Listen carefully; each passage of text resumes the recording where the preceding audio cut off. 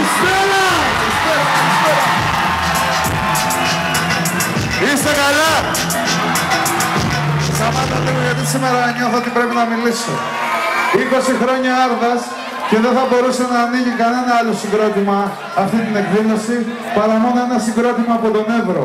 Είναι μεγάλη μου χαρά και τιμή που βρίσκομαι απόψε εδώ στα 20 χρόνια του Άρδα. Σήμερα είναι καθαρά ευρύτικη υπόθεση. Είστε έτοιμοι να το γιορτάσουμε?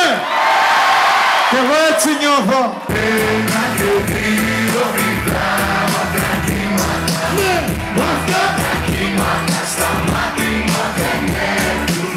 Δύο και τρία ψάχνω τα βήματα. Κλικάστε, κλικάσα οι σκέψεις μου σε ένα και δύο πηγάματα κύματα. Ναι, αυτά τα κύματα στα μάτια δεν έρθουν. Δύο και τρία ψάχνω τα βήματα.